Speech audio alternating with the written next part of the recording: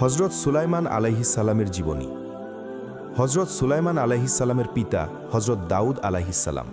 সেই সুবাদে তিনি হজরত ইয়াকুব আলাইহিসসালামের বংশধর। তৌরাত কিতাবের বর্ণনা মতে বিনতে সাবা তার মাতা।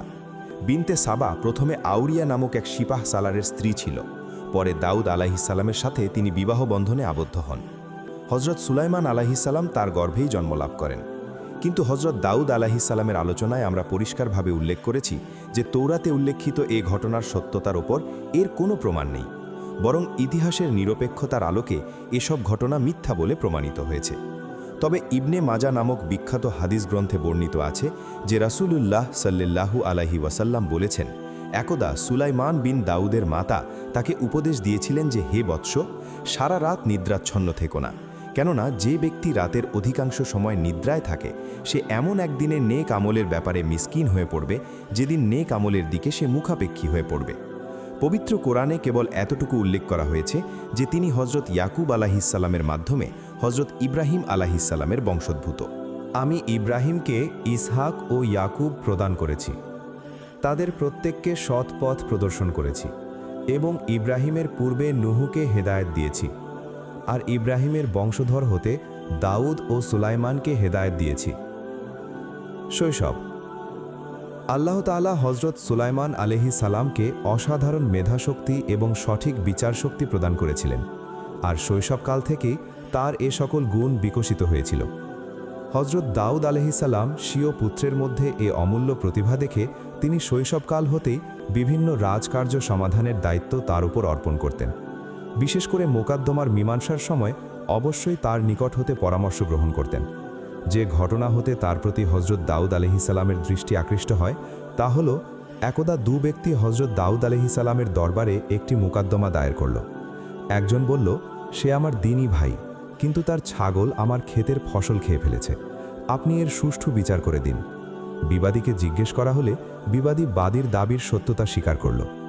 হজরত দাউদ আলাইহিস সালাম হিসেব করে দেখলেন বাদীর যে পরিমাণ শস্য নষ্ট হয়েছে এর দাম বিবাদীর ছাগলের দামের সমান।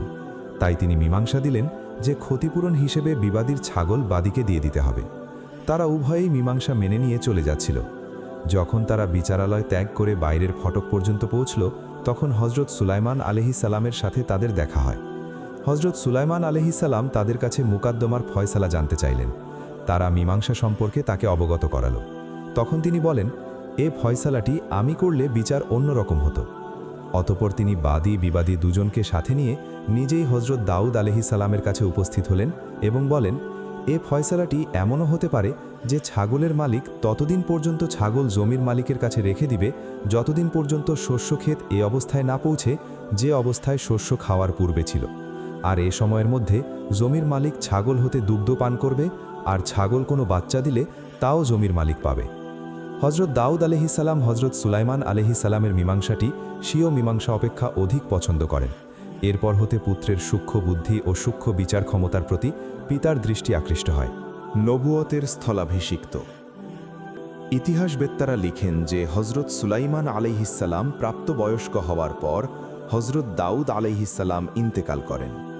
আল্লাহ নবুয়ত ও হিকমত উভয় বিষয়ে তাকে হজরত দাউদ আলাইহিসসালামের স্থলাভিষিক্ত করেছিলেন। নবুয়ত লাভের সাথে সাথে বনি ইসরায়েলের শাসনভারও তার উপর অর্পিত হয়।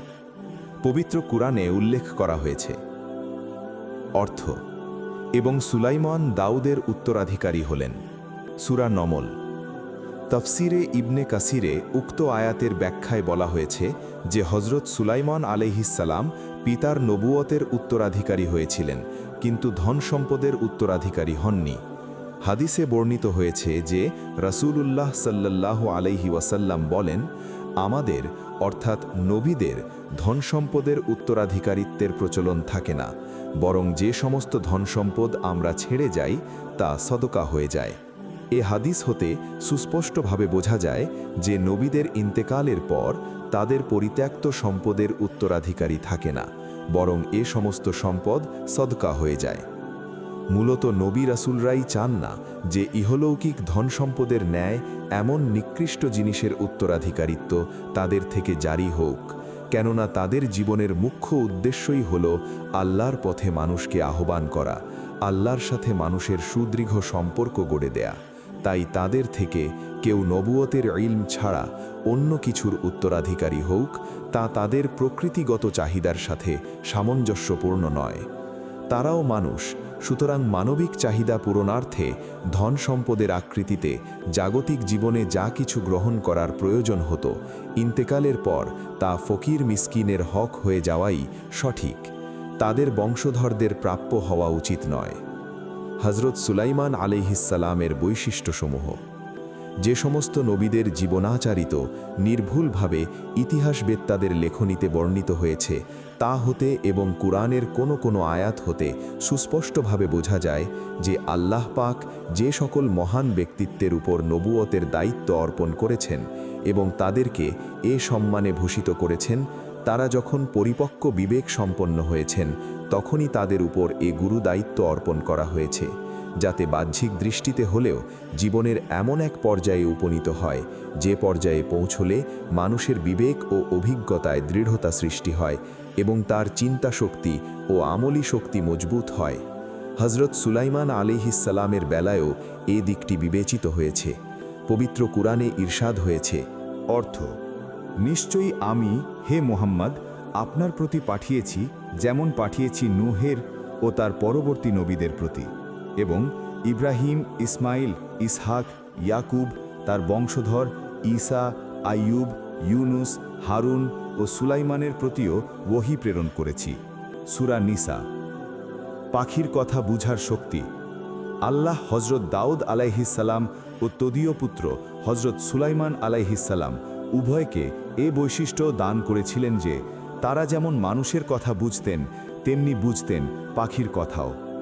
সুলাইমান উত্তরাধিকারী হলেন দাউদের এবং বলেন, হে লোক সকল, আমাদেরকে পাখির ভাষা শিখানো হয়েছে আর আমাদেরকে সব কিছু দেয়া হয়েছে।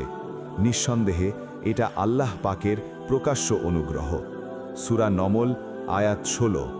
আল্লাহ হজরত সুলাইমান আলাইহিসসালামকে যেসব বিশেষ বৈশিষ্ট্যের অধিকারী করেছিলেন, তন্মধ্যে একটি বৈশিষ্ট্য হল বায়ুকে তার হুকুমের অধীন করে দেয়া। তিনি বায়ুকে যখন যেদিকে যেতে নির্দেশ দিতেন, বায়ু সেদিকেই প্রবাহিত হতো। এক বর্ণনায় আছে, তার একটি কাঠের তৈরি পালঙ্ক ছিল। এটা এত বিরাট ছিল যে রাজকার্য পরিচালনার জন্য যত কিছুর প্রয়োজন হতো সব কিছু এতে রাখা যেত, যেমন ঘোড়া, উট, সৈন্যবাহিনী, তাঁবু প্রভৃতি। এ পালঙ্কে সব কিছু রেখে তিনি বাতাসকে হুকুম দিতেন যেন এটা বহন করে নিয়ে যায়। তখন বাতাস এটা উপরে উত্তোলন করত আর তিনি যেখানে নিতে হুকুম করতেন সেখানে নিয়ে যেত। তখন পাখিরা তার মাথার উপর ছায়া দিত। হজরত সাঈদ বিন জুবায়ের রহমাতুল্লাহ আলাইহি বর্ণনা করেন, তার পালঙ্ক এত বিরাট আকারের ছিল যে এতে 6 লক্ষ চেয়ার পাতা ছিল।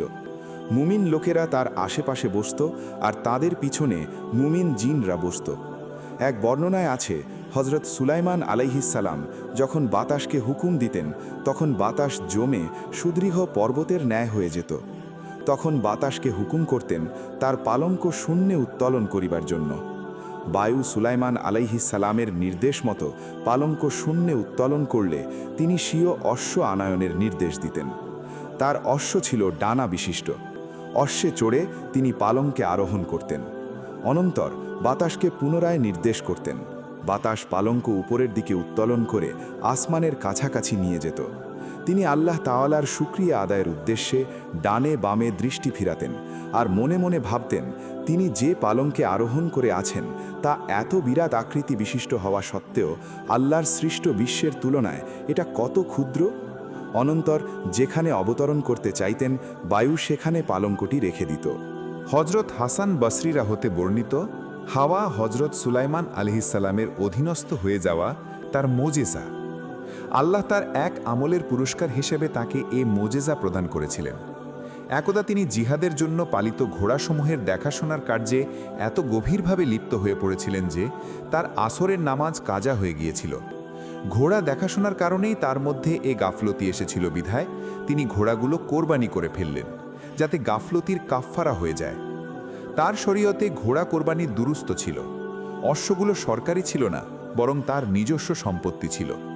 তার এ কাজটি আল্লাহ পাকের পছন্দ হয়েছে বলে এই কার্যের পুরস্কার স্বরূপ আল্লাহ বাতাসকে তার অধীন করে দিয়েছেন।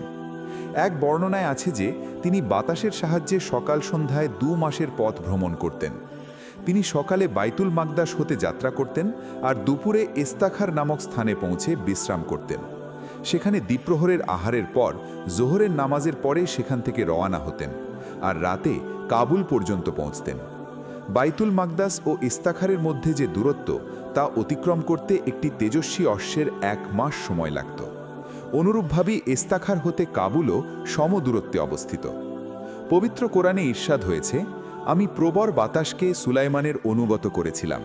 এটা তার আদেশে জমিনের দিকে প্রবাহিত হতো, যাতে আমি বরকত দান করে রেখেছি, আর আমি প্রত্যেক বিষয়ে জ্ঞাত। সূরা আসিয়া আয়াত 81। জিন জাতিকেও তার অধীন করে দিয়েছিলেন। তিনি তাদেরকে যেভাবে নির্দেশ দিতেন তারা সেভাবে কাজ করতে বাধ্য থাকত। তার নির্দেশ ব্যতিরেকে কোনো কাজ করলে আল্লাহ পাক তাদেরকে কঠিন শাস্তি প্রদান করতেন। তফসিরবিদরা কেউ কেউ বলেন আগুন দিয়ে আযাব দেওয়ার অর্থ হল জাহান্নামে প্রবিষ্ট করবেন, কিন্তু অধিকাংশ তফসিরবিদরা বলেন আল্লাহ তাদের জন্য এক ফেরেশতা নিয়োগ করেছেন। যে জিন হজরত সুলাইমান আলাইহিসসালামের আদেশের অনুগত হতে অলসতা করত, ফেরেশতা আগুনের চাবুক দিয়ে প্রহার করে তার অনুগত থাকতে বাধ্য করত। তারা হজরত সুলাইমান আলাইহিসসালামের সামনে গোলামের ন্যায় কাজ করত। এক বর্ণনায় আছে জিন 3 প্রকার। এক প্রকার যারা নেক ও বদ আমলের বিনিময় হিসাবে সওয়াব ও শাস্তি পাওয়ার যোগ্য। দ্বিতীয় প্রকার ডানা বিশিষ্ট জিন। ডানা বিশিষ্ট জিনরা ধরায় উড়ে বেড়ায়। তৃতীয় প্রকারের জিন সাপ ও কুকুরের আকৃতিতে ছিল। তারা শক্ত শক্ত কাজ করত। আল্লাহ তাআলা হজরত সুলাইমান আলাইহিসসালামকে যত বড় রাজত্ব দান করেছিলেন, এর ইমারত ও অন্যান্য শিল্পকর্মের পরিমাণও তত বেশি এবং বড় বড় ছিল, যা অধিকাংশ ক্ষেত্রেই মানুষের জন্য সহজ হতো না, বরং কঠিন হয়ে পড়ত। তিনি জিনদের দ্বারা অতি সহজে এ ধরনের কার্য সমাধা করাতেন। হজরত সুলাইমান আলাইহিসসালামের বৃহৎ বৃহৎ ইমারত ও দুর্গ নির্মাণ করার প্রতি খুব ঝোঁক ছিল, আর এসব ইমারত ও দুর্গের নির্মাণকালে চুনাপাথর না ব্যবহার করলে গলিত কোনো ধাতব পদার্থ ব্যবহার করলে অধিক মজবুত হবে। গলিত ধাতব পদার্থ কম হলে চলবে না, বরং অধিক প্রয়োজন। আল্লাহ তাআলা হজরত সুলাইমান আলাইহিসসালামের এ প্রয়োজন মিটানোর উদ্দেশ্যে তামার একটি নদী প্রবাহিত করে দিলেন, যাতে পানির পরিবর্তে গলিত তামা প্রবাহিত হতো। হজরত ইবনে আব্বাসরা বলেন এই নদীটি এত লম্বা ছিল যে এর প্রবাহিত স্থান হতে শেষ সীমা পর্যন্ত পৌঁছতে 3 দিন 3 রাত সময় লাগত। ইয়ামেনের সানা নামক স্থান হতে প্রবাহিত হয়েছিল। এক জিহাদের জন্য হজরত সুলাইমান আলাইহিসসালাম প্রস্তুতি গ্রহণ করছিলেন। এমন সময় এক বিকালে কর্মচারীদের নির্দেশ দিলেন জিহাদের জন্য যে সকল ঘোড়া আলাদা করে রাখা হয়েছে এসব ঘোড়া যেন তার সামনে হাজির করা হয়। তিনি ঘোড়ার জাত ও প্রকার সম্পর্কে এবং কোন অশ্ব জিহাদের জন্য উত্তম হবে সে সম্পর্কে তিনি অবগত ছিলেন। ঘোড়াসমূহ তার সামনে আনার পর তিনি দেখলেন পেশকৃত ঘোড়াসমূহের মধ্যে প্রত্যেকটি তেজস্বী ও জিহাদের জন্য যথেষ্ট উপযুক্ত। এতে তিনি খুব খুশি হলেন এবং বললেন, এ ঘোড়াসমূহের প্রতি আমার ভালোবাসা আল্লাহ তাআলার জিকিরের অন্তর্ভুক্ত। হযরত সুলাইমান আলাইহিসসালাম ঘোড়াগুলো সম্পর্কে ভাবছিলেন। এমতাবস্থায় তার অলক্ষ্যে অশ্বসমূহ আস্তাবলের দিকে ফিরে গেল। অনন্তর যখন দেখলেন যে ঘোড়াসমূহ তার সামনে নেই, তখন তিনি হুকুম দিলেন ঘোড়াগুলো যেন পুনরায় তার সামনে আনা হয়। পুনরায় ঘোড়াসমূহ তার সামনে আনা হলো। এদের প্রতি তার অত্যাধিক মহব্বত থাকায় তিনি এদের পিঠে, গর্দানে ও পায়ে স্নেহের পরশ বোলালেন। এ অবস্থায় সন্ধ্যা ঘনিয়ে আসলো, এমনকি সূর্যও ডুবে গেল। হযরত সুলাইমান আলাইহিসসালাম সর্বদা আসরের নামাজ আদায় করতেন, কিন্তু আজ ঘোড়ার দেখাশোনায় লিপ্ত থাকার কারণে তার আসরের নামাজ ছুটিয়া গিয়েছে। তাই তিনি সবগুলো অশ্বই আল্লাহর রাস্তায় কুরবানি করে দিলেন। তার শরীয়তে ঘোড়া কোরবানিও দুরুস্ত ছিল। এগুলো তার নিজস্ব সম্পদ ছিল, সরকারি সম্পদ ছিল না। এক বর্ণনায় এসেছে যে আসরের নামাজ কাজা হয়ে যাওয়ায় তিনি খুব দুঃখিত হলেন এবং তখন তিনি আল্লাহর কাছে আবেদন করলেন সূর্যকে ফিরিয়ে দেওয়ার জন্য, যাতে তিনি আসরের নামাজ পড়তে পারেন। আল্লাহ তার দোয়া কবুল করে সূর্য ফিরিয়ে দিলেন। তিনি নামাজ আদায় করলেন। অতঃপর সূর্য আবার অস্ত গেল। যখন সন্ধ্যার সময় ধাবমান উত্তম ঘোড়াসমূহ তার সামনে পেশ করা হলো, তখন তিনি বলেন যে আমি এ সম্পদের মহব্বতে পড়ে রবের স্মরণ হতে গাফেল হয়ে গিয়েছি, এমনকি সূর্য অস্তমিত হওয়ার পর্দার আড়ালে লুকিয়ে পড়েছে।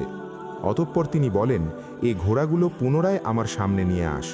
তার সামনে আনায়ন করার পর তিনি ঘোড়াসমূহের পা এবং গর্দানসমূহ হাতের দ্বারা সাফ করা, জবেহ করা শুরু করলেন। হজরত সুলাইমান আলাইহিসসালামকে পরীক্ষা। হজরত সুলাইমান আলাইহিসসালাম ছিলেন জিহাদের প্রতি অত্যন্ত আগ্রহী। তিনি সবসময় আল্লাহর পথে জিহাদের চিন্তায় মশগুল থাকতেন। জিহাদের প্রতি তার প্রবল আগ্রহ ও আকর্ষণের কারণেই জিহাদের জন্য রক্ষিত ঘোড়াসমূহের দেখাশোনা করতে গিয়ে এক ওয়াক্তের নামাজ পর্যন্ত কাজা হয়ে গিয়েছিল। বর্ণিত আছে যে তার 100 স্ত্রী ছিল। একদিন তিনি বলেন, অদ্য রাতে আমি আমার সকল স্ত্রীর সাথে মিলন করব, যাতে সকল স্ত্রী হতেই একটি করে সন্তান জন্মগ্রহণ করবে, আর সন্তানরা বড় হয়ে আল্লাহর পথে জিহাদ করবে। এ কথাগুলো যখনও বলেছিলেন তখন তিনি ইনশাআল্লাহ বলতে ভুলে গিয়েছিলেন। প্রিয় ব্যক্তিরা সামান্য ত্রুটির কারণেও পাকড়াও হয়ে যায়। এই ত্রুটির কারণে মিলনে তার কোনো স্ত্রীর গর্ভেই কোনো সন্তান জন্ম লাভ করেনি। মাত্র এক স্ত্রীর বাচ্চা জন্ম হল, তাও অপূর্ণাঙ্গ দেহের। বাচ্চার হাত পা ছিল না, বরং গোশতের টুকরার ন্যায় একটি দেহ। তারই কোনো এক সেবিকা এ গোশতের টুকরা সাদৃশ বাচ্চাটি সিংহাসনের উপর রেখে দিল।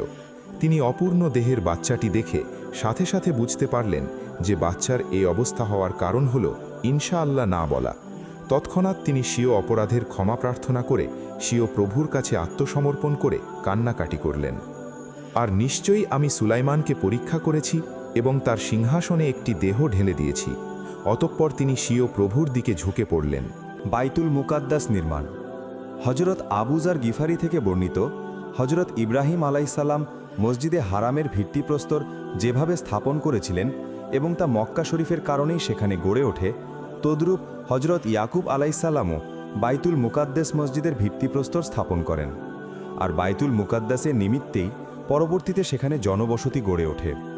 হজরত ইয়াকুব আলাইসাল্লাম কর্তৃক বাইতুল মুকাদ্দাস মসজিদ নির্মাণের দীর্ঘকাল পরে হজরত সুলাইমান আলাইসাল্লামের দ্বারা নতুনভাবে বাইতুল মুকাদ্দাস মসজিদ ও শহরের নির্মাণ কাজ করা হয়। জিন সম্প্রদায়কে হজরত সুলাইমান আলাইসাল্লামের অনুগত করে দেওয়ার ফলে বৃহদাকার অতুলনীয় অট্টালিকাসমূহ প্রতিষ্ঠিত হয়। মোট কথা, আল্লাহ পাক হজরত সুলাইমান আলাইসাল্লামকে বিশাল রাজত্ব দান করেন। সুতরাং রাষ্ট্রের বিশালত্ব যত বিস্তৃত হবে, রাষ্ট্রের প্রয়োজনে অট্টালিকাসমূহ সহ অন্যান্য স্থাপনার প্রয়োজনও ততোধিক হওয়াই স্বাভাবিক।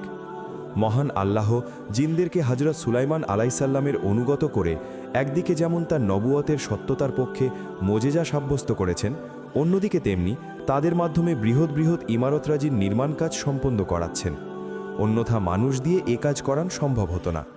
আর যদিও বা সম্ভব হতো, কিন্তু বহুলাংশে যে কঠিন সমস্যায় পড়তে হতো তা সুস্পষ্ট। হজরত সুলাইমান আলাইহিসসালাম সম্পর্কে মিথ্যা ঘটনার অবতারণা। পবিত্র কোরআনে হজরত সুলাইমান আলাইহিসসালামকে পরীক্ষা করার কথা উল্লেখ করা হয়েছে। তবে সে পরীক্ষাটি কী ছিল সে সম্পর্কে ওলেমা বৃন্দ তাফসির গ্রন্থসমূহে যে অভিমত প্রকাশ করেছেন তা ইতপূর্বে উক্ত হয়েছে। তবে কিছু কিছু গ্রন্থে একটি জঘন্য মিথ্যা ঘটনাও বর্ণিত হয়েছে। এখানে এ ঘটনাটি এবং এ সম্পর্কে ওলেমাদের অভিমত বর্ণনা করাও সমীচীন মনে করছি, যাতে এ ধরনের আজগবি ঘটনার প্রতি বিশ্বাস স্থাপন করার ব্যাপারে পাঠক সমাজ সাবধান হতে পারেন। মিথ্যা ঘটনাটি: একদা হজরত সুলাইমান আলাইহিসসালাম প্রাকৃতিক প্রয়োজনে শৌচাগারে যাওয়ার ইচ্ছা করলেন। তার হস্তস্থিত আংটিসমূহের মধ্যে এক আংটিতে ইসমে আজম লেখা ছিল। এ আংটিসহ পায়খানার যাওয়া পছন্দ করলেন না। তাই তিনি আংটিটি খুলে তারই একটি প্রিয়তমা যুবতী স্ত্রীর কাছে অথবা কোনো দাসীর কাছে রেখে গিয়েছিলেন। তিনি এই আংটির সাহায্যেই জিন ও মানুষ উভয় জাতির উপর প্রাধান্য বিস্তার করেছিলেন। তিনি পায়খানায় চলে যাওয়ার পর শয়তান অথবা চক্ষর নামক কোনো এক জিন তার রূপ ধারণপূর্বক তার স্ত্রীর হাত হতে আংটিটি নিয়ে গিয়ে সিংহাসনে আরোহণ করল। অতঃপর সে রাজ্য শাসন শুরু করল। এভাবে হজরত সুলাইমান আলাইহিসসালামের নবুয়ত ও রাজত্ব উভয়ই হাতছাড়া হল। হজরত সুলাইমান আলাইহিসসালাম পায়খানা হতে প্রত্যাবর্তন করে স্ত্রীর কাছে আংটি চাইলেন। তখন তার স্ত্রী বলল, আমি তো সুলাইমানকে আংটি দিয়ে দিয়েছি, তুমি আবার কে? ইতোমধ্যে অবশ্য সুলাইমান আলাইহিসসালামের চেহারায় পরিবর্তন এসেছিল, তাই তার স্ত্রীও তাকে চিনতে পারেনি। হজরত সুলাইমান আলাইহিসসালাম বলেন, আমিই তো সুলাইমান। স্ত্রী বলল, তুমি আমাকে ধোঁকা দেওয়ার চেষ্টা করছো। তুমি অবশ্যই সুলাইমান নও, বরং তুমি মিথ্যার আশ্রয় নিয়েছ। এভাবে হজরত সুলাইমান আলাইহিসসালাম যার সামনেই যেতেন সেই তাকে চিনতে পারত না। তিনি এ অবস্থা দর্শনে বড়ই দুঃখিত ও ব্যথিত হলেন। আল্লাহ পাকের দরবারে ক্ষমা প্রার্থনা চেয়ে চেয়ে দোয়া করতে থাকলেন। এভাবে 40 দিন কেটে গেল। অবশেষে তিনি রাজপ্রাসাদ হতে বের হয়ে সমুদ্রের কিনারায় বসবাস করা শুরু করলেন। শ্রমিক হিসেবে কাজ করে পয়সা উপার্জন করতেন আর তা দিয়ে স্বীয় ভরণ পোষণ করতেন। একদিন এক ব্যক্তি মাছ ক্রয় করে কুলি হিসেবে হজরত সুলাইমান আলাইহিসসালামকে ঠিক করল। তিনি মাথায় করে মাছ মালিকের বাড়ি দিয়ে আসলেন। মালিক খুশি হয়ে তাকে একটি মাছ দিলেন। রান্নার উদ্দেশ্যে তিনি মাছটি কাটলেন। মাছের পেট হতে তার সেই আংটি দেখতে পেলেন। কেননা একদা কোনো কারণে সুলাইমান রূপী সেই শয়তান সমুদ্রে গেলে তার হাত হতে আংটিটি পানিতে পড়ে গেল। আংটিটি পানিতে পড়ার সাথে সাথে উক্ত মাছ আংটিটি গিলে ফেলল। আল্লাহ পাকের কুদরতে মাছের মাধ্যমে পুনরায় আংটি হজরত সুলাইমান আলাইহিসসালামের হস্তগত হল। আংটি হস্তগত হওয়ার সাথে সাথেই তিনি হারানো রাজত্ব পুনরায় ফিরে পেলেন। সমস্ত জিন ইনসান আবার তার অনুগত হয়ে গেল। রাজত্ব তার অধিকারে আসার সাথে সাথে তিনি নবুয়তের আহকাম জারি করা শুরু করলেন। উল্লিখিত কাহিনীটি ইহুদিদের বানান মন গড়া কাহিনী। ইহুদিরা হজরত সুলাইমান সম্বন্ধে আরও অনেক মিথ্যা কথাও প্রচার করেছিল। তারা বলতো যে হজরত সুলাইমান আলাইহিসসালাম ছিলেন জাদুকর, তিনি জাদু শিখাতেন। পবিত্র কোরআনে তাদের মিথ্যা অপবাদের ষড়যন্ত্র সকলের সামনে প্রকাশ করে দিয়েছেন। কোরআন বলেছে ইহুদিরা হজরত সুলাইমান আলাইহিসসালামের প্রতি যে অপবাদ দিয়েছে এটা সম্পূর্ণ মিথ্যা। তিনি কখনোই এসব কাজ করেননি। নবীদের সম্পর্কে এ ধরনের আকিদা পোষণ করা কুফুরি, কেননা আম্বিয়া আলাইহিসসালামরা বেগুনাহ। গুনাহ হতে পবিত্র হওয়া নবুয়তের অন্যতম বৈশিষ্ট্য। নবুয়ত সম্পূর্ণ আল্লাহ প্রদত্ত বিষয়। আল্লাহ যাকে ইচ্ছা নবুয়ত প্রদান করেছেন আর মোজেজা হিসেবে রাজত্ব প্রদান করেছেন। জিন শয়তানের পক্ষে কিভাবে সম্ভব যে আল্লাহ প্রদত্ত এ বিষয়কে তছনাছ করে দেবে? হাদিসে বলা হয়েছে যে রাসূলুল্লাহ সাল্লাল্লাহু আলাইহি ওয়াসাল্লাম ইরশাদ করেন, যে আমাকে স্বপ্নে দেখেছে সে প্রকৃতপক্ষে আমাকেই দেখেছে, কেননা শয়তানের আমার রূপ ধারণ করে স্বপ্নে দেখা দেওয়ার সামর্থ্য নেই। এ হাদিস হতে প্রমাণিত হলো যে নবুয়তের মর্যাদা এত উচ্চে যে শয়তান স্বপ্নের মধ্যেও নবীর রূপ ধারণে সক্ষম নয়। তাহলে সে শয়তানের পক্ষে কি করে সম্ভব হবে যে সে হজরত সুলাইমান আলাইহিসসালামের রূপ ধারণ করে তার রাজত্বের অধিপতি হয়ে বসবে? হজরত সুলাইমান আলাইহিসসালামের এক বিচার। দু রমণী একত্রে ভ্রমণ করছিল। তাদের প্রত্যেকের সাথে একটি করে দুগ্ধপোষ্য শিশু সন্তান ছিল। রাস্তায় কোনো এক জায়গায় বিশ্রামের জন্যে বসল। পরিশ্রান্ত ও অবসন্ন দেহে নিজ নিজ শিশুদের দুধ পান করাবার পর তারা নিদ্রিত হয়ে পড়ল। ঘটনাচক্রে তাদের একজনের সন্তানটি বাঘে নিয়ে গেল। নিদ্রা থেকে জেগে দেখল যে তার শিশু তার কাছে নেই। অনেক খোঁজাখুঁজি করে না পেয়ে অপর রমণীর শিশুটি তার নিজের শিশুর স্থানে রেখে দিল। এ শিশুর মা জেগে দেখল যে তার সন্তান তার সফর সঙ্গিনীর পাশে ঘুমিয়ে আছে। সে স্বীয় সন্তান কাছে আনতে গেলে প্রথম রমণী তাকে বাধা দিল আর বলল এ সন্তান তার নিজের। উভয়ের মধ্যে শিশুটি নিয়ে ঝগড়া বেঁধে গেল। অতপর উভয়ে এর ফয়সালার জন্যে হজরত দাউদ আলাইহিসসালামের নিকট গেল। উভয়েই দাবি করল যে এ সন্তানটি তার নিজের আর অপরের সন্তান বাঘে নিয়ে গেছে। তিনি উভয়ের দাবি শুনে বিচার কার্যের বিধান অনুসারে ফয়সালা দিলেন যে যার নিকট সন্তান সে সন্তানের হকদার, কেননা সন্তান তার অধিকারে রয়েছে। তদুপরি দ্বিতীয় রমণী তার সপক্ষে কোনো দলিল পেশ করতে পারছে না। সুতরাং এ বিধান অনুসারে সন্তান যার নিকট রয়েছে সে সন্তানের প্রকৃত হকদার। নারীদ্বয় এ মীমাংসা শুনে যখন ফিরে যাচ্ছিল তখন হজরত সুলাইমান আলাইহিসসালামের সাথে সাক্ষাৎ। তিনি ফয়সালার বিবরণ শুনে বলেন, এর ফয়সালার জন্যে সন্তানটিকে 2 টুকরো করে উভয়কে 1 টুকরো করে দিতে হবে। তিনি জল্লাদকে হুকুম দিলেন সে যেন সন্তানটি 2 ভাগ করে প্রত্যেককে 1 টুকরো প্রদান করে। জল্লাদে ছুরি নিয়ে হাজির। শিশুটি 2 ভাগ করার জন্য যখন উদ্যত হল তখন প্রথম রমণী নীরব রইল, আর যে প্রকৃত সন্তানের মা সে কেঁদে কেঁদে হজরত সুলাইমানকে অনুরোধ করে বলল যে আমার সন্তান লাগবে না, আপনি সন্তানটি এ রমণীকেই দিয়ে দিন। সুলাইমান আলাইহিসসালাম বুঝতে পারলেন সন্তানটি তার, অপর রমণীর নয়, কেননা আপন সন্তানকে কেহ হত্যা করতে দিতে পারে না। এখানে এ মহিলার ভূমিকাই প্রমাণ করে যে সন্তানটি কার হতে পারে। তাই তিনি সন্তানটি তার প্রকৃত মায়ের হস্তে অর্পণ করলেন। পিঁপড়িকার এলাকায় হজরত সুলাইমান আলাইহিসসালাম।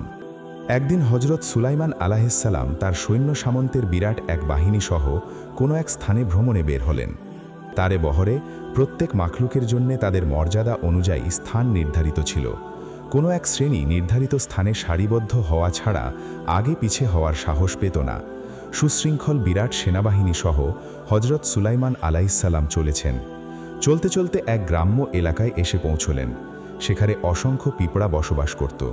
এ এলাকাটিকে তারা তাদের এক রাজত্বে পরিণত করে রাখছিল। পিঁপড়ার বাদশাহ হজরত সুলাইমান আলাইহিসসালামের বিরাট সেনাবাহিনী দেখে ভয়ে আতঙ্কিত হল। পিঁপড়ার বাদশাহ প্রমাদ গুনল, ভাবল এত বড় সেনাদল এ গ্রামের ওপর দিয়ে অতিক্রম করলে তারা তাদের ঘোড়ার পায়ের তলায় পিষে লক্ষ লক্ষ পিঁপড়া মেরে ফেলবে।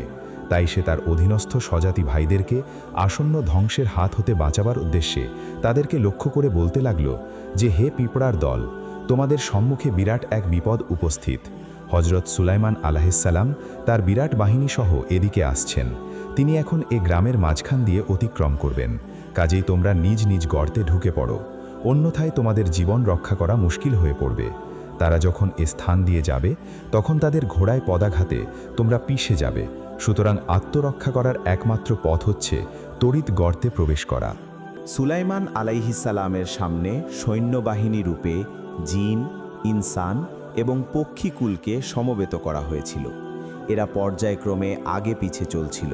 এমনকি যখন তারা পিঁপড়িকার পল্লীতে পৌঁছল তখন একটি পিঁপড়া বলল, হে পিঁপড়া, তোমরা নিজ নিজ বাসস্থানে প্রবেশ করো। এমন যেন না হয় যে সুলাইমান ও তার সেনাদল অজ্ঞাতসারে তোমাদেরকে নিষ্পেষিত করে দেয়। সূরা নমল।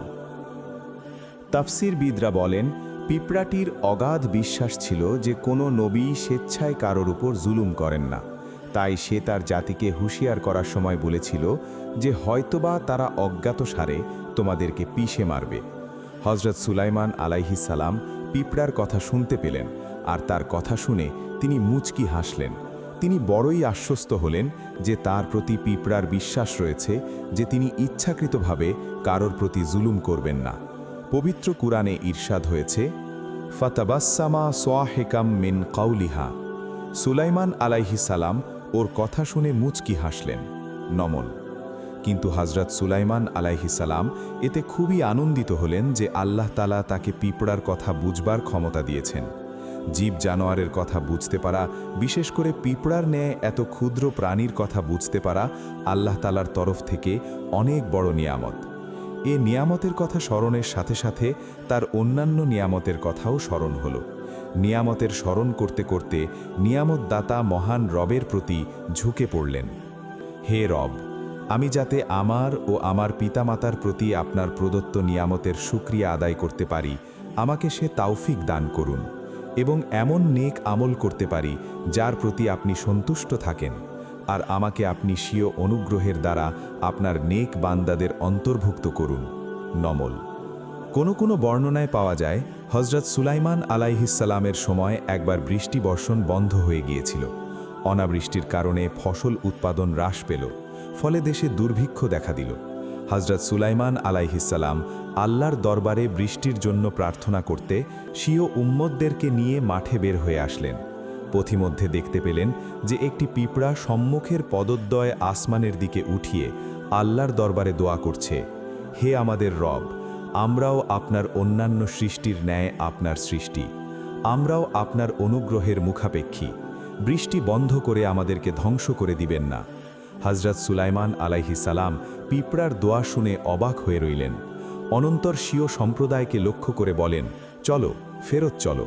একটিমাত্র জীবের দোয়া আমাদের উদ্দেশ্য সফল করে দিয়েছে। এখন তোমাদের বৃষ্টি প্রার্থনা ছাড়াই বৃষ্টি হবে। হজরত সুলাইমান আলাইহি ওয়াসসালাম ও সাবা রানীর ঘটনা। হজরত সুলাইমান আলাইহি ওয়াসসালামের সেনাবাহিনীতে 3 শ্রেণীর সৈন্য ছিল, যথা মানুষ, জিন ও পাখিসমূহ।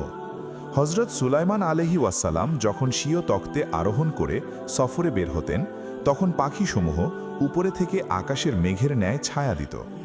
একদা তিনি স্বীয় সেনাবাহিনীর বিভিন্ন অংশের দেখাশোনা ও খোঁজ খবর নিচ্ছিলেন। খোঁজ নিয়ে জানতে পারলেন যে হুদহুদ পাখির সাথে নেই। অনেকে বলে থাকেন হজরত সুলাইমান আলাইহি ওয়াসসালামের অভ্যাস ছিল যে তিনি সর্বদা স্বীয় অধীনস্থদের খোঁজ খবর রাখতেন। বিশেষ করে কর্মশক্তি সম্পন্ন দুর্বলদের ব্যাপারে বেশি সতর্ক থাকতেন। যেহেতু হুদহুদ পাখি আকারে ছোট ও সংখ্যায় অনেক কম, তাই তিনি বিশেষ করে এদের খোঁজ খবর নিচ্ছিলেন। হজরত ইবনে আব্বাস রাদিয়াল্লাহু হতে বর্ণিত, হুদহুদ পাখি পাখির সর্দার হজরত সুলাইমান আলাইহি ওয়াসাল্লামের ইঞ্জিনিয়ার ছিল।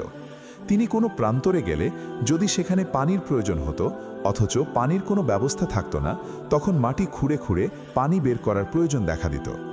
অনেক ক্ষেত্রে দেখা যেত পানি অনেক নিচে থাকে, অনেক ক্ষেত্রে আবার অপেক্ষাকৃত উপরে থাকে। এসব কাজে হুদহুদ পাখিকে ব্যবহার করা হতো কোন স্থানে পানি কত নিচে আছে তা বলে দেওয়ার জন্য। আল্লাহ পাক হুদহুদ পাখিকে এ বিশেষ ক্ষমতা দান করেছিলেন। সে তার ঠোঁট মাটিতে রেখেই বলতে পারত যে পানি কত নিচে রয়েছে। তখন যেখানে পানি আছে সে স্থান খুঁড়ে পানি বের করবার জন্য জিনদেরকে নির্দেশ দেয়া হতো। জিনেরা এ স্থান খুঁড়ে পানি বের করে আনত।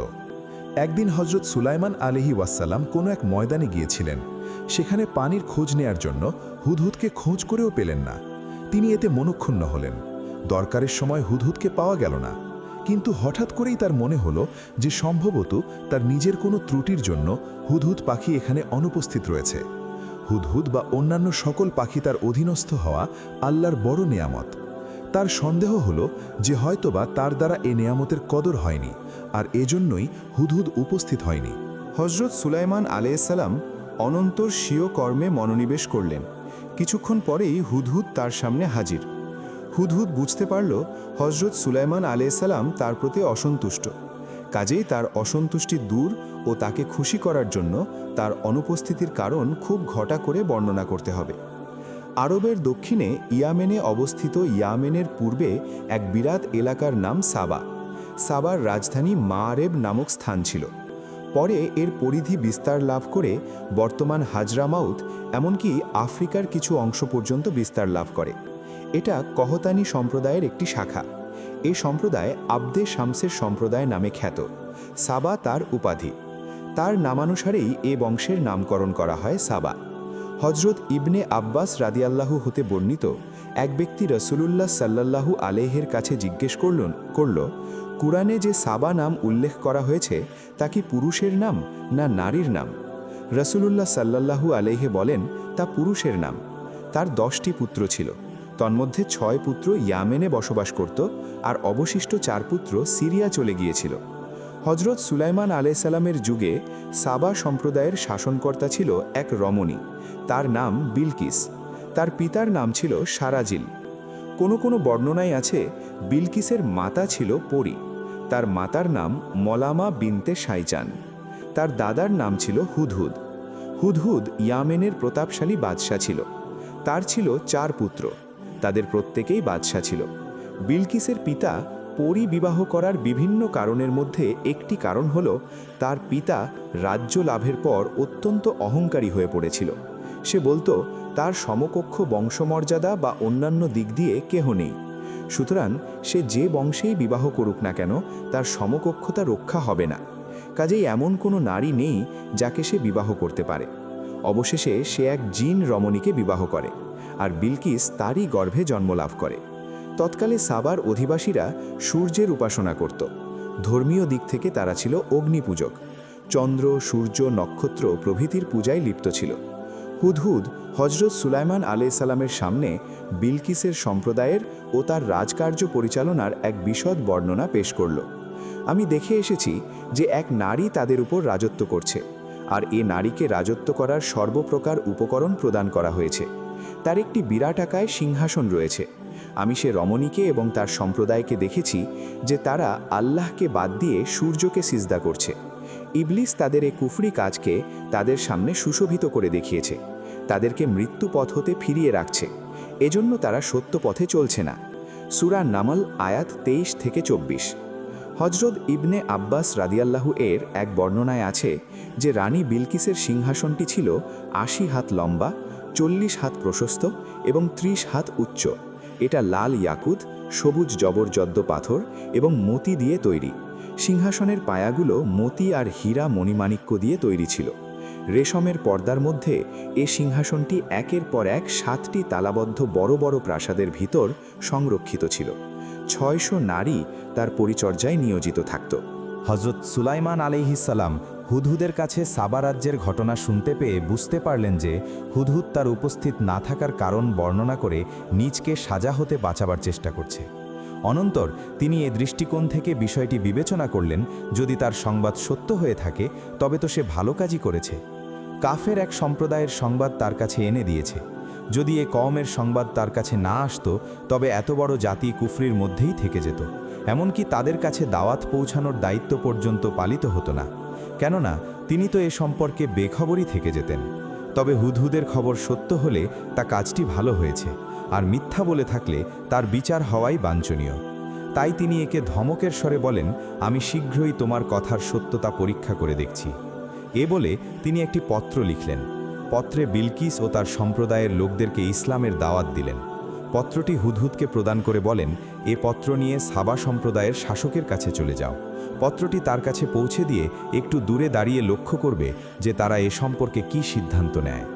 পবিত্র কুরআনে ইরশাদ হয়েছে, সুলাইমান আলাইহিসসালাম বলেন, আমি এখনই পরীক্ষা করে দেখব যে তুমি কি সত্য বলছো নাকি মিথ্যা বলছো। তুমি আমার এ পত্রটি নিয়ে গমন করো আর এটা তাদের কাছে পৌঁছে দাও। অতঃপর সামান্য দূরে সরে থেকে দেখো যে তারা পরস্পর নিজেদের মধ্যে কি কথোপকথন করে। হুদহুদ পাখি হজরত সুলাইমান আলাইহিসসালামের মোহরকৃত পত্র ডানার ভিতর নিয়ে সাবার রাজ্যের উদ্দেশ্যে যাত্রা করল। বিলকিস যে কক্ষে অবস্থান করছিল সে কক্ষের গোবাক্ষ পথে কক্ষে প্রবেশ করল। তখন রানী বিলসিক নিন্দ্রামগ্ন ছিলেন। হুদহুদ পত্রখানা বিলকিসের বক্ষের উপর রেখে জানালার উপরের অংশে বসে রইল। রানী বিলকিসের ঘুম ভেঙে গেল। দেখতে পেল যে একটি মোহরকৃত পত্র তার বক্ষের উপর পড়ে রয়েছে, আর অনতি দূরে একটি পাখি বসে রয়েছে। ঘরের দরজা জানালা বন্ধ, কিন্তু কোথা হতে পত্র আসলো? কক্ষে তো কারও প্রবেশ করা সম্ভব নয়। এসব চিন্তা করে বিলকিসের হৃদয়ে ভয়ের সৃষ্টি হলো। সবকিছুই কেমন যেন তার বিবেক বুদ্ধির আওতার বাইরে। অগত্য পত্রটি তুলে নিল। এর মোহর খুলে পত্রটি পাঠ করতে লাগল। পত্র পাঠান্তে বুঝতে পারল যে এ কোনো সাধারণ মানুষের পত্র নয়, হয়তো জানালার উপর বসায়ে পাখি পত্র নিয়ে এসেছে। পাখির ভিতর যে আদব ও শিষ্টাচারিতা দেখা যাচ্ছে তা হতে বোঝা যায় যে সে কোনো বড় সম্রাটের তরফ হতে প্রেরিত হয়েছে। পত্র পড়ে বিলকিসের অন্তর নরম হয়ে আসলো। পত্র প্রেরকের প্রতি মন থেকেই শ্রদ্ধাবোধ জাগ্রত হচ্ছিল। বিলকিসের ধারণা হলো যে এ পত্র যেহেতু অসাধারণ ব্যক্তি হতে এসেছে, তাই এর প্রতি বিশেষ নজর দেয়া প্রয়োজন। সুতরাং সে তার দরবারের পরিষদের সাথে পরামর্শ করা প্রয়োজন মনে করল। সভাসদদের সকলকেই দরবার কক্ষে হাজির হওয়ার নির্দেশ জারি করা হলো। বিলকিস তাদের সামনে পত্রের কথা উল্লেখ করে তাদের সামনে পত্র পাঠ করল। এটা সুলাইমানের তরফ থেকে লিখিত। এটা পরম করুণাময় আল্লাহ নামে শুরু করা হয়েছে। তোমরা আমার মোকাবিলায় অহংকার করবে না। আল্লাহ পাকের তাবেদার হয়ে আমার কাছে আসো। সূরা নমল আয়াত 31। পত্র পাঠান্তে বিলকিস বলল, হে সম্মানিত সভাসদবৃন্দ, আপনারা জানেন যে গুরুত্বপূর্ণ কোনো বিষয়ে আমি আপনাদের পরামর্শ ছাড়া কোনো পদক্ষেপই গ্রহণ করি না। সুতরাং আপনারা আমাকে পরামর্শ দিন যে এখন আমার কি করা উচিত। পবিত্র কোরআনে ইরশাদ হয়েছে, বিলকিস বলল, হে সভ্যবসদবৃন্দ, আপনারা এ ব্যাপারে আমাকে পরামর্শ দিন। যতক্ষণ পর্যন্ত আপনারা উপস্থিত না হন ততক্ষণ তো আমি কোনো ব্যাপারে অটল মীমাংসা করি না। সূরা নমল আয়াত 32। হজরত কাতাদা হতে বর্ণিত, বিলকিসের পরিষদের সংখ্যা ছিল 313। প্রত্যেকে 10,000 লোকের প্রতিনিধি হিসেবে বিবেচিত হতো। সভাসদরা সর্বদাই বিলকিসের অনুগত ছিল। রাজ্য পরিচালনায় তারা সততার সাথে বিলকিসকে সহযোগিতা করত। তাই তারা সকলে বলে উঠল, আপনার সম্মান রক্ষার্থে আমরা সবকিছুই করতে রাজি আছি। তারা বলল যে, কোরআনের ভাষায়, আমরা খুব শক্তিশালী এবং যুদ্ধে খুব পারদর্শী। এরপরও আপনার অধিকার রয়েছে। আপনি এ ব্যাপারে আমাদেরকে কি হুকুম দিবেন তা আপনি ভেবে দেখুন। সূরা নমল আয়াত 33। সভাসদদের অভিমত শুনে বিলকিস নিজেই এ ব্যাপারে এক অভিমত পেশ করল। বিলকিস ছিল খুব বুদ্ধিমতী। সে ভাবল, পত্র দ্বারা তো বোঝা যায় যে তিনি নবী। তিনি সত্যিই নবী হয়ে থাকলে তিনি যে নির্দেশ দিচ্ছেন তা অবশ্যই পালন করতে হবে, কেননা এ তার নিজের নির্দেশে নয়, বরং আল্লাহর পক্ষ হতে প্রদান করা হয়েছে। এ অবস্থায় তার নির্দেশ অমান্য করার অর্থ ইহ পরকাল বরবাদ করা। এ নির্দেশ পালন করা হতে মুখ ফেরান কিছুতেই সম্ভব হবে না। আর তিনি নবী না হয়ে সাম্রাজ্যবাদী কোনো রাজা হয়ে থাকলে এবং বিভিন্ন কলাকৌশলে বা শক্তির দাপটে আমাদের স্বাধীনতা হরণ করে পদানত করতে চাইলে তো তার সাথে মোকাবিলা করবার উপযুক্ত পন্থা খুঁজে বের করতে হবে। কাজেই এখন আগে তাকে যাচাই করে দেখা প্রয়োজন। আর তাকে পরীক্ষা করবার যে পন্থা গ্রহণ করল তা হলো যে তার কাছে প্রথমে মূল্যবান হাদিয়া পাঠানো হবে। তিনি সাম্রাজ্য বিস্তারকারী কোনো সম্রাট হয়ে থাকলে হাদিয়াসমূহ গ্রহণ করবেন, আর সত্যিকার অর্থে নবী বা রাসূল হয়ে থাকলে ঈমান ও ইসলাম গ্রহণ করা ব্যতীত কোনো প্রকার হাদিয়া দ্বারা সন্তুষ্ট হবেন না, হাদিয়া গ্রহণও করবেন না। বিলকিস বিষয়টি দৃষ্টিকোণ থেকে চিন্তা করে তার সভাসদদের সামনে জোরালো ভাষায় এক বক্তৃতা দিল। বলল, দেখুন, এ ব্যাপারে খুব চিন্তা করে পদক্ষেপ গ্রহণ করা কর্তব্য। পত্রের ভাষায় বোঝা যাচ্ছে যে লেখক খুব প্রতাপশালী সম্রাট। আমাদের উচিত আগে তার প্রকৃতি যাচাই করে দেখা। কোনো চিন্তা ভাবনা না করে তার বিরুদ্ধে যুদ্ধ ঘোষণা করে দেওয়া হলে ফল শুভ না হওয়ারও সম্ভাবনা রয়েছে। তিনি প্রতাপশালী কোনো বাদশাহ হয়ে থাকলে আর আমাদিকে ভয় না করলে অবশ্যই আমাদেরকে আক্রমণ করবেন। খোদানা খাস্তা তিনি আমাদের দেশে ঢুকে পড়লে পরিণাম শুভ হবে না, কেননা কোনো বাদশাহ কোনো এলাকায় ঢুকে পড়লে এ এলাকাকে ধ্বংস করে ফেলে এবং এলাকার সম্মানিত লোকদেরকে পর্যন্ত অপদস্থ করে ছাড়ে। সুতরাং আমাদেরকে অবশ্যই এ ব্যাপারে ভেবে দেখতে হবে। অধিকন্তু তার বিরুদ্ধে যুদ্ধ ঘোষণা না করে তার প্রকৃতি যাচাই করবার উদ্দেশ্যে প্রথমে মূল্যবান হাদিয়া প্রেরণ করে দেখা যেতে পারে যে তার পক্ষ হতে কি উত্তর আসে। সভাসদরা তার এই প্রস্তাবকে উত্তম বলে মনে করল। বিলকিস বলল, বাদশাদের নীতি হলো যে তারা কোনো জনপদের প্রতি বিরোধী মনোভাব নিয়ে প্রবেশ করলে তাকে ছাড়খাড় করে ছাড়ে, আর এর সম্ভ্রান্ত লোকদেরকে অপমানিত করে ছাড়ে। তারাও এরূপ করবে। আমি তাদের কাছে কিছু হাদিয়া পাঠাচ্ছি, অতপর দেখব যে প্রেরিত ব্যক্তিরা কি উত্তর নিয়ে আসে। সূরা নমল আয়াত 34 থেকে 35। রানী বিলকিসের প্রতিনিধি।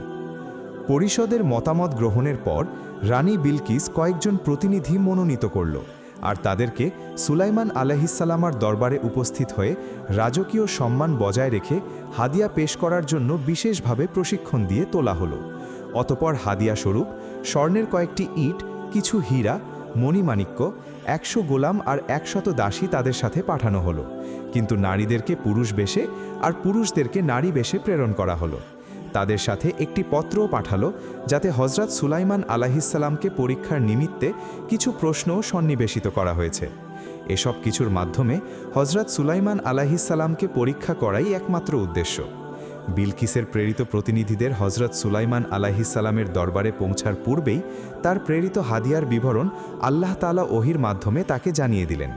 হজরত সুলাইমান আলাইহিসসালাম তার অধীনস্থ জিনদের নির্দেশ দিলেন তারা যেন 32 মাইল পর্যন্ত পথ স্বর্ণরূপার ইট দিয়ে পাকা করে দেয়। রাস্তার দুপার্শ্বে বিভিন্ন ধরনের বিভিন্ন আকৃতির পশু দাঁড় করিয়ে রাখারও নির্দেশ দিলেন, যাতে পশুগুলো স্বর্ণ ও রৌপ্যের ইটের উপর মলমূত্র ত্যাগ করে। এভাবে বিশেষ ব্যবস্থার মাধ্যমে স্বীয় দরবার সাজানোর নির্দেশ জারি করলেন। দরবারের ডানে আর বামে 4000 করে স্বর্ণের চেয়ার পেতে রাখা হলো। এক পার্শ্বের চেয়ারগুলোতে 4000 আলেম আর অপর পার্শ্বের চেয়ারে মন্ত্রীবর্গ আর অন্যান্য সভাসদেরা বসবে। হীরা, মণিমাণিক্য ও জহরতের মাধ্যমে সম্পূর্ণ কক্ষটি সাজানো হলো। বিলকিসের প্রতিনিধিরা আগমনকালে তারা দেখল যে তার দরবার হতে বহুদূর পর্যন্ত এক দীর্ঘ রাস্তা স্বর্ণের ইট দ্বারা পাকা করা।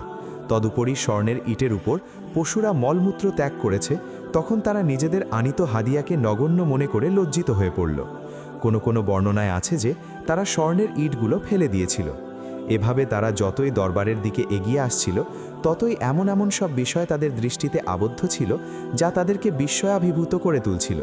বিলকিসের এত বড় রাজত্ব ও তার প্রভাব প্রতিপত্তি তাদের কাছে হজরত সুলাইমান আলাইহিসসালামের রাজত্ব ও প্রভাব প্রতিপত্তির তুলনায় অত্যন্ত নগণ্য মনে হচ্ছিল।